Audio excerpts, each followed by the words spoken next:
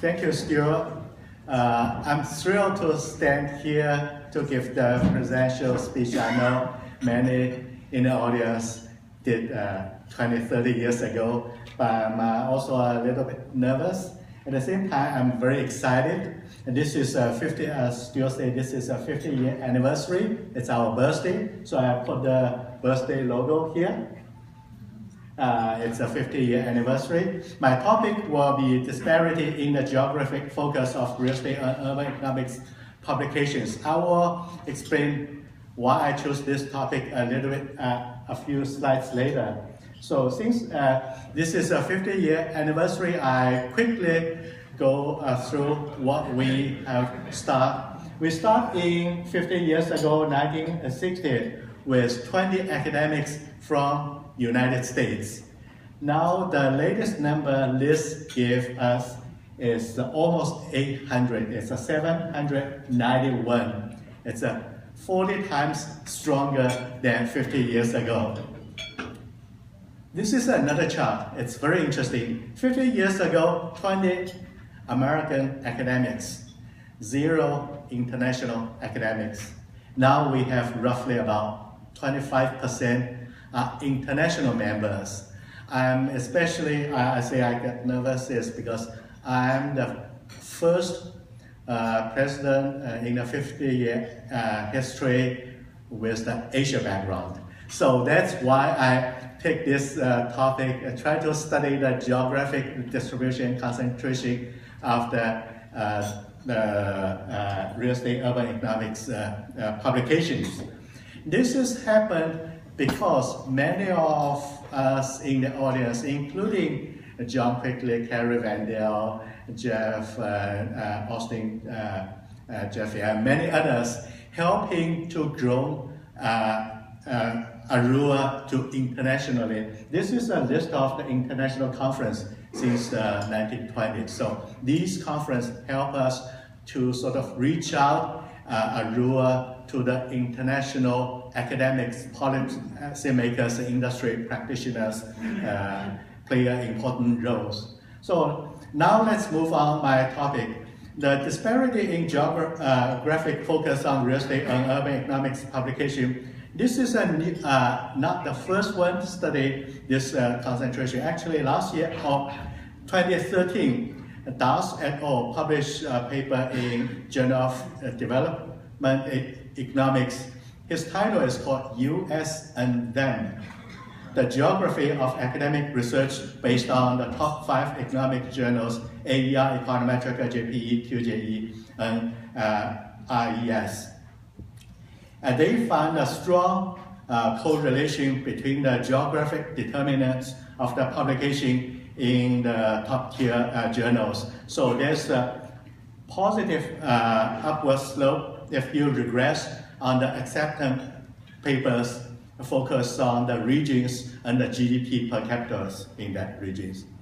And they further study say what the acceptance rate. They have a first tier, there's a 5 journal. The second tier, they including the Economic Journal, European Economic Review, International Economic Review, and Review ISTATS.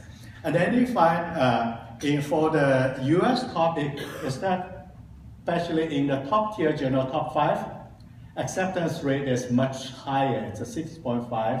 However, Asia is a 1.8, and then Europe and Central Asia is a 1.5. Similar in the second tier, second tier, the United Kingdom increased a little bit, but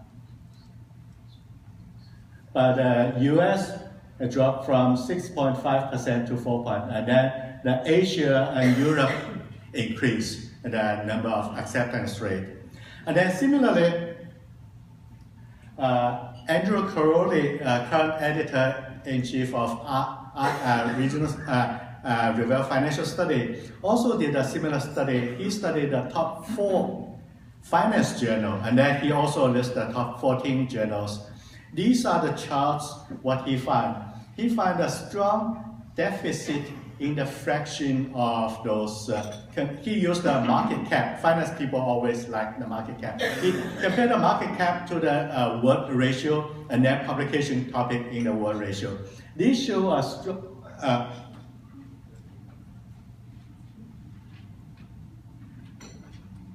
there's a strong deficit of the publication ratio versus the actual economic powers that happened in the finance journal. And then in this study, I engaged 2 PhD students, 1 postdoc student. We collect the data from most 6 journals, most published real estate and urban real estate finance, urban economics topics. That including the real estate economics, the data starting from 1973 to current, and JUE data starting from 1974, RSUE starting from 1975, and Journal of Real Estate Research, Journal of Real Estate Finance Economics, and Journal of Housing Economics. I picked these 6 journals, and then there are roughly about 6,800 articles published among these 6 journals. And then my student goes through each journal by looking at title, abstract, and the first introductory chapters, and also the conclusions. And then they group them into a theory topic, an empirical topic, just as Tim did in the mid-year meetings, national meetings. And then for empirical topic, we further look at the sort of focus of the studies, whether the data or policy issues or those empirical issues are focused on Australia or New Zealand, or China topic, European topic, Hong Kong and Macau, India topic, Japan topic, Korea, Singapore, Taiwan, US, Canada, Asia, multinational, and others. So we group them into different categories. This is roughly how we see among the publications. JUE counts for roughly about 28% of our sample, and followed by RSUE. IE is about 16% of our sample. We also counted the author affiliation. We used the university of the author affiliated, where it located as a geographic affiliation of the authors. And then we also calculate average number of authors per papers. This is the distribution over the time, empirical versus a theory. The theory is a top one.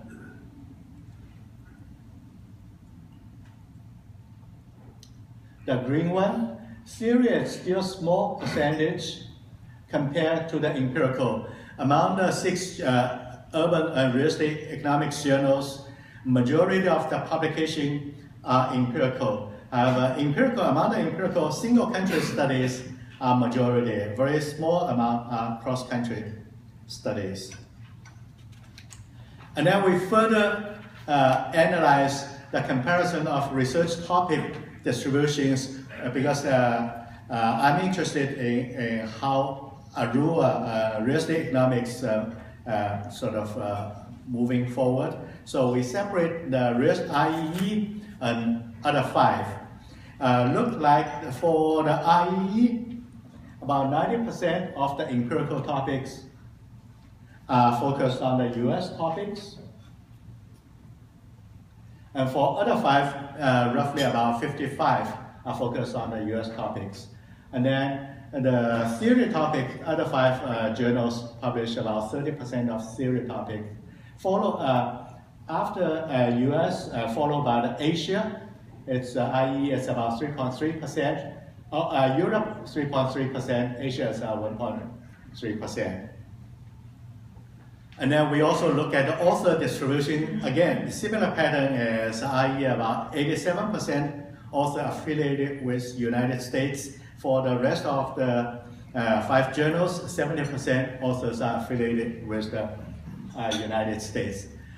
But the previous charts are very similar to what the Das and Andrew Caroli's study in economics top 5 journal and finance top 4 journals. But we find a very interesting pattern in real estate 6 journals that we look at among the Asia. Asia is about second largest, but it's small. There's an obvious significant trend starting from 2000, number of publications that's moving up. Before 2000, roughly it kept up, all 6 journals kept up about 5 publications per year. And after that, moving up, especially for 2012, the number of publications on Asia topic is 25. It's 5 times higher than previous year. And a similar pattern we can see from the number of authors on the Asia topics And then this is another distribution within Asia countries. Within Asia countries, the red bar is for the publication from the IEE. The blue bar is for the rest of 5 journals.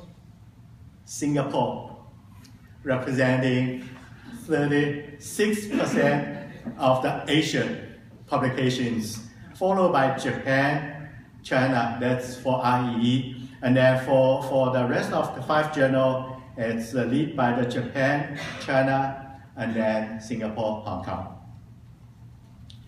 Also has a similar distribution. Singapore contribute for 40% of the rising Asia research written by Asia authors. And then we do some regression, very simple regression analysis. We follow what Andrew Caroli did. We regress after control everything else. We regress the log publication to log GDP and log GDP per capita and log populations. We see obviously there's a positive trend with positive relationship with the publication and the wealth population. US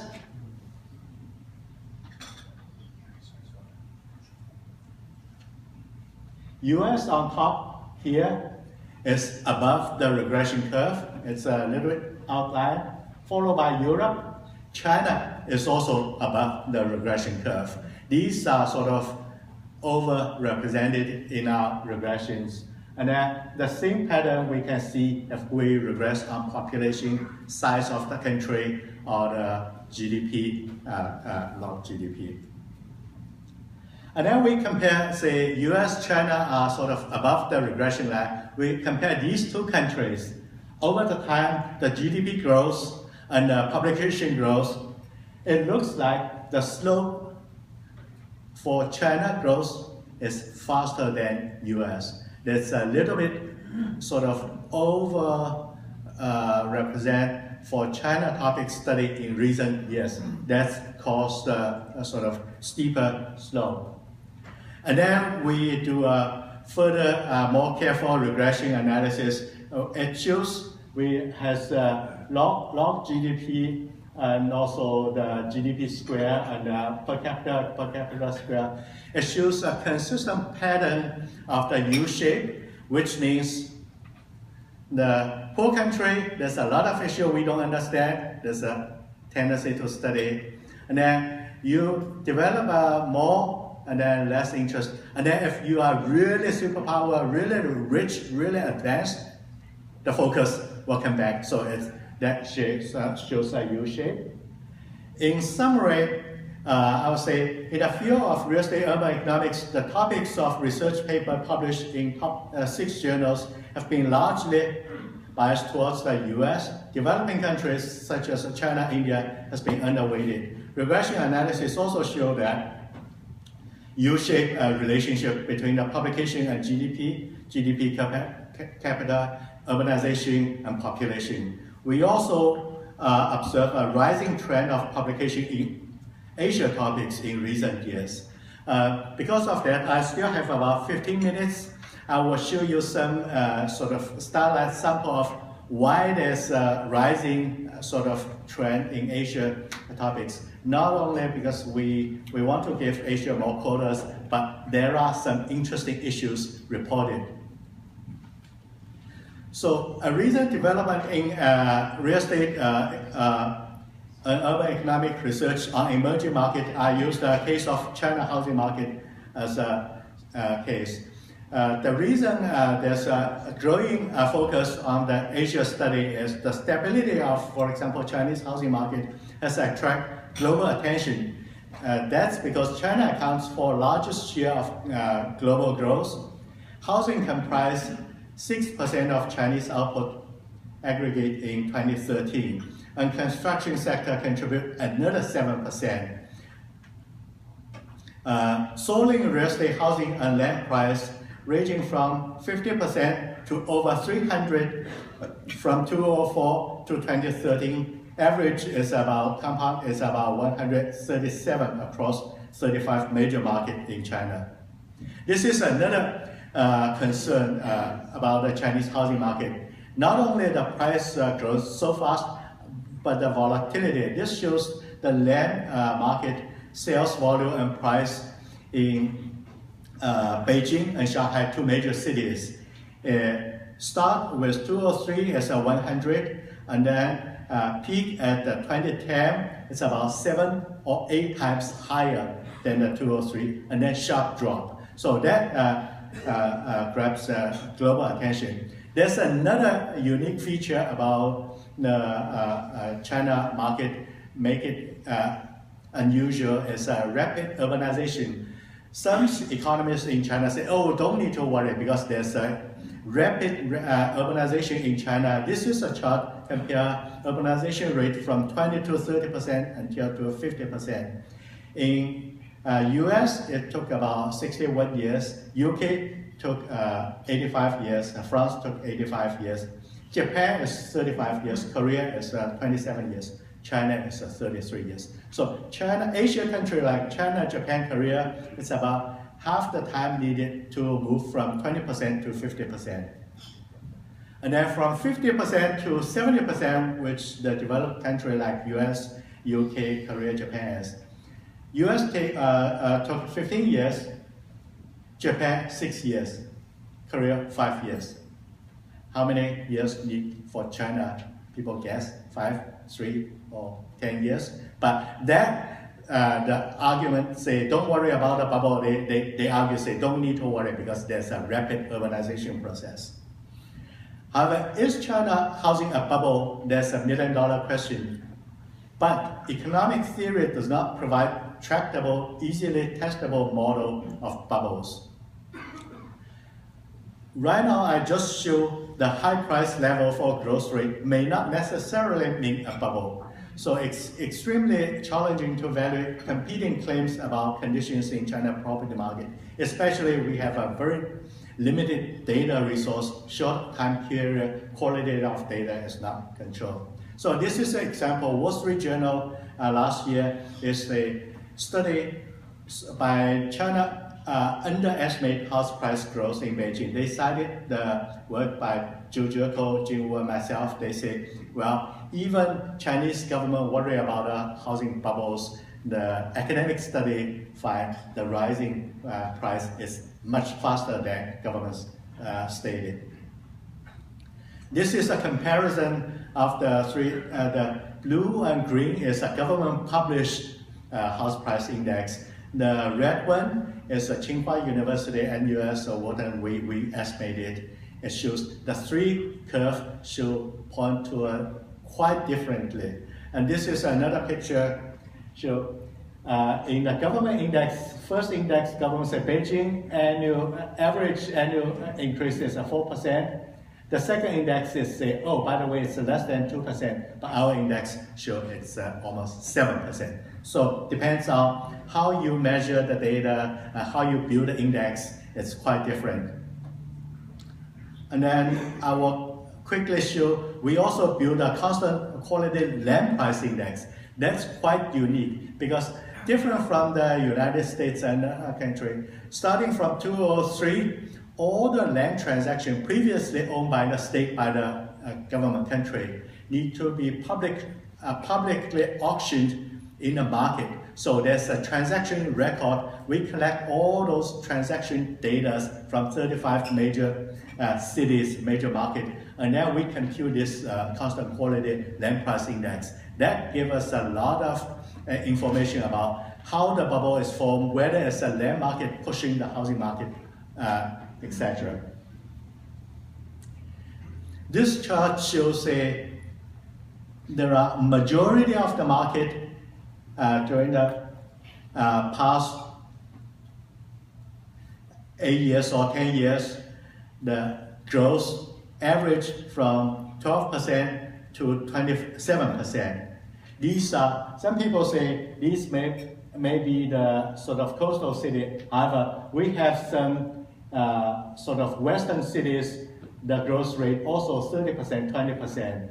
Even Xining, that's way west, is a 50% growth rate. And then this also show, compare with other economic fundamentals, price level appreciation and volatility for land price is much higher. It's at a scale of 30 and 40 compared to house price, construction cost, construction industry wage, price level appreciation volatilities. And then we did further analysis about a common trend, national effect, whether there's other like the mean reverting, other political influence to this increase. And then the high price level or growth rate may not necessarily mean a bubble, but we need to look at other economics and fundamentals. This is a price to rent ratio we look at major Chinese cities. For example, the top one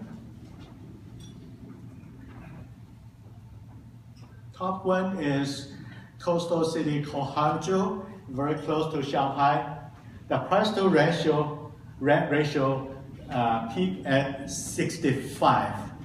And then we ask, say, what kind of rationale allow the market to keep the price to rent ratio so high? So we put the price, rent, and other economic fundamental in Jim Perturba's 1984 user cost model. What we found is there's only one factor, that market expectations need to be high in order to keep the price rent ratio that high. So we calculate, for example, in Beijing, the imputed required expected house price growth appreciation need to be roughly 6%. However, we looked at empirical data, say, on average, what the average growth from 1998 to 2009 actually is a lot more than imputed what need. It's a 10%. So there's no risk, right? The Jim Perturba's model say if you have 6% or higher, the market will sustain there. But we also look at, say, during the past 11 years, how many times the real appreciation actually below the imputed required appreciation? 6 times. So 50% of the chance if you invest in this market, you will lose money. So that's a very high risk. And then we say, what if the appreciation drop? Appreciation is very fragile. If government announce something or if there's a Middle Eastern war happens, that will cause appreciation drop. We find appreciation drop by 1% from 6% to expected appreciation drop from 6% to 5% in Beijing. In order to keep the equilibrium, price need to drop by 31%. That's a huge risk. A small change in expected appreciation will lead to a 30% correction in the market price. That's a huge risk. And now we also look at, this is another interesting chart. We use the average income in Beijing to buy average about 90 square meter housing units using the standard government mortgage loans. It shows Beijing, the family need to spend 96% of the income to pay mortgage monthly payment. Shenzhen, 112. I remember I worked for a firm, we set the standard as Bob Bernard here. It's a 38% reject, it's a risky loan. It's a 96, 112. Shanghai is 66.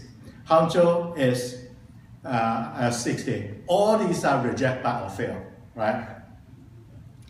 And then we look at, should we worry not only the real estate market about the collateral channel effect? There's a study by Banaki, they find in US, in Japan, they publish in AREUEA, JPE, they find there's a strong collateral channel. Collateral channel means the real estate bubbles, the value of the real estate used as collateral will increase, stimulate the investment and borrowing.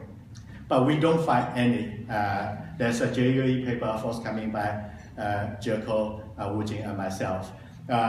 During the time limitation, I'm not going to go to detail, but the paper is forthcoming in JUE. Also, we find some implication to the political economy. There's a paper published by Randall Moore, Wu Jing, and Bernard Yang in Review Finance. We find the central government use the real estate market to implement their sort of pseudo-monetary policy. That happens, they use the SOEs as their vehicle to do that.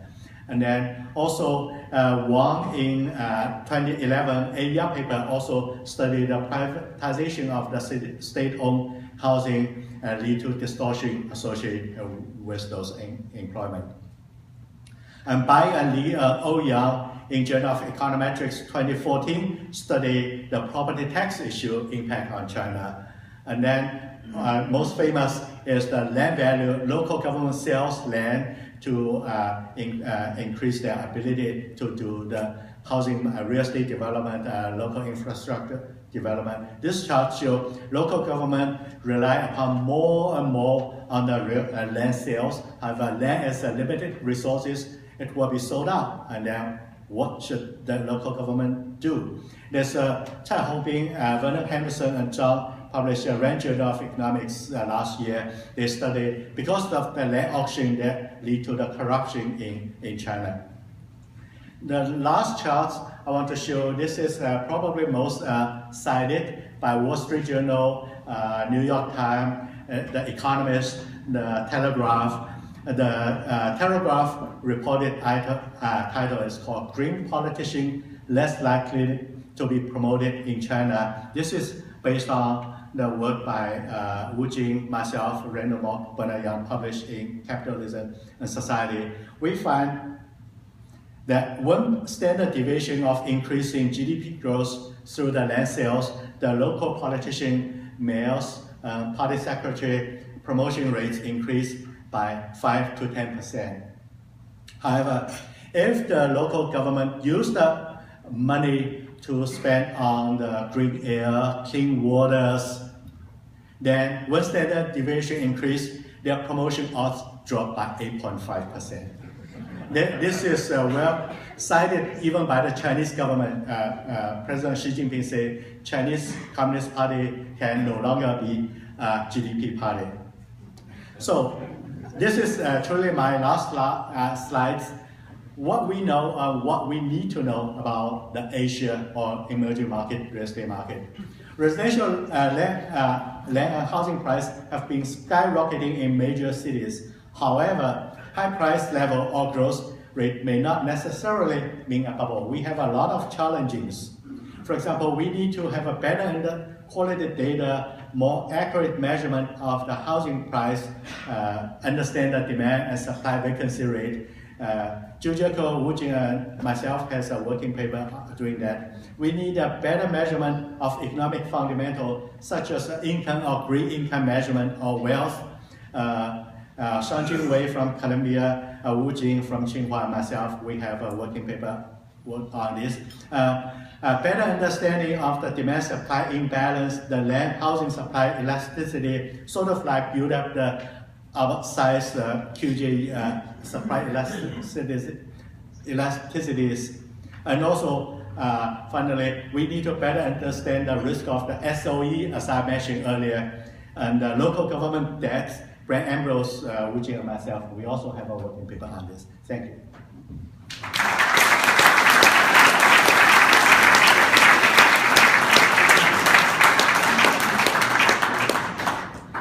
Thank you, Young Heng, and thank you everybody for being here for the luncheon. We are now concluded. Let me just also offer one last reminder. We have a terrific party scheduled, a reception